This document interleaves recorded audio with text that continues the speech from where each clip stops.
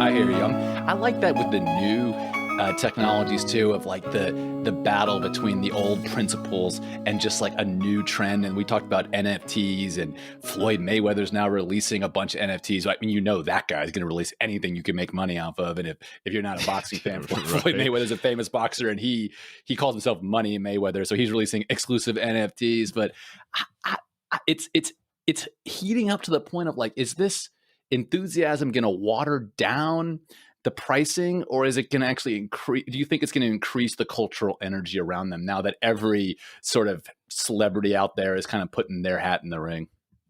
I mean, I think it's going through definitely boom bust cycle booming Yeah. right now. Yeah. It'll probably overheat and bust Yeah. out when people are like, I don't need to buy an NFT of Jake Paul opening Pokemon cards.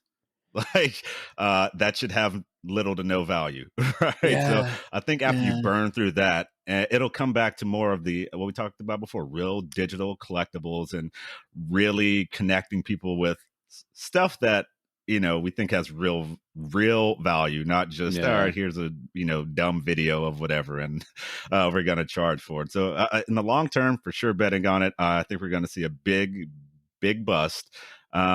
But yeah, long term, I think it wins out. But who knows, man? We'll see. But Yeah. it's certainly overheated now. Just NFT. I'm like, I don't. No one even knew what these were 6 months ago. Now No. everyone and their mom is dropping NFTs. No. All right. And then I'm like, wait, are we behind? Should we be dropping the NFT of us recording the pod? Like, I don't. We could. I man. mean, I think one of your mom, my dad, or someone else would buy it. But we could drop it. But I don't. I feel you on the technology of creating scarcity for digital goods. That is to say, you own the signed copy, so to speak, or whatever the right analogy is. Yeah, I'm with you. That's something that blockchain enables. That it appeals to things we've seen out there in the world, which is if you can provide scarcity, it doesn't really matter what the intrinsic worth of the good is. Beanie Babies had no intrinsic worth. People liked having them. The scarcity is only driven by the manufacturing company limiting them. Obviously, you could make infinity of the things. And we saw it have its arc, but it popped. But that's just but one, right? But NBA is a brand much stronger than Beanie Babies, and I think it's there to stay. But I saw the other day that someone that's like pictured in a meme, like a girl in front of a fire that has like a devilish look on her face when she was 5 years old. Her father took the photo, and they sold the NFT signed copy, only time they're doing it, of that image for £550,000. And they split the money. And it's people like, how do you price that? It's like, well, one, like they can't really commit to not selling it again. That's the weird, they can say all they want, but ultimately that's going to be real hard to provide that. But imagine you can, but I don't know. Like, how do you value that? I agree with you. I don't think anyone knows what the prices should be, but if someone spent £550,000 last week to be the proud owner of a picture that turned into a meme. So now I bet all the people in like Bad News Bobby or whatever the memes are gonna be like, I'm issuing the one, like good guy Greg, picture, and all these people. I bet there's a bunch of like internet famous people that are like, this is the time to make some. Well, how do you think? What's going to happen, Jeremy? What's your NFT prediction for the next 6 months? In 6 months, will there be a greater proliferation out there like we're seeing now, or will there be lots of stories about remember when the summer of 2021 when people were buying memes for $500,000 and now they're not, because that's crazy. I mean, so my gut is 6 months from now, hopefully the world's, more vaccinated, more travel. People are like, leave your house, quit doing dumb stuff like buying NFTs. I think people will be much more on the focus of, hey, we have other things to do with our attention now. Like we were kind of constrained for a bit, but guys, get out and do stuff. Stop buying silly gifts of like a popcorn gift going for I don't know 10K. It's like don't do that no more. That's crazy. That's a good point. That's a good point. Yeah, so that's my thought, but we'll see, man. We'll see.